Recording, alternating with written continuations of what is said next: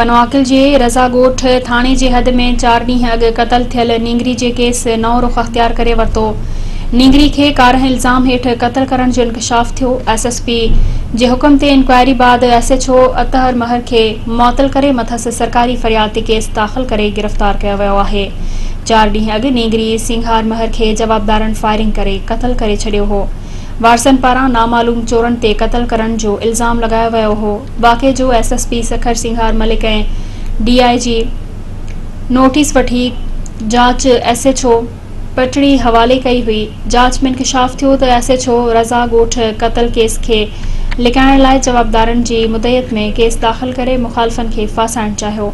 Inquiry में इंकशाफ थियो त एसएचओ अतहर महर जवाबदारनि सां मिली करे मुख़ालिफ़नि खे फासाइण जी कोशिश कई ऐं नारी जे क़तल जा सबूत मिटाए छॾिया।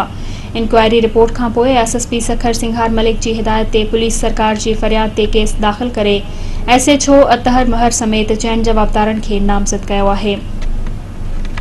केस में जवाबदार ॼाणायल एसएचओ अतहर महर खे गिरफ़्तार कयो वियो आहे, जॾहिं त ॿिए जवाबदारनि जी गिरफ़्तारी लाइ कोशिशूं जारी आहिनि। एसएसपी सखर सिंघार मलिक वधीक चयो आहे त जांच लाइ एसएसपी सिटी जी सरबराही में 3 रुकनी कमेटी जोड़े छॾी आहे।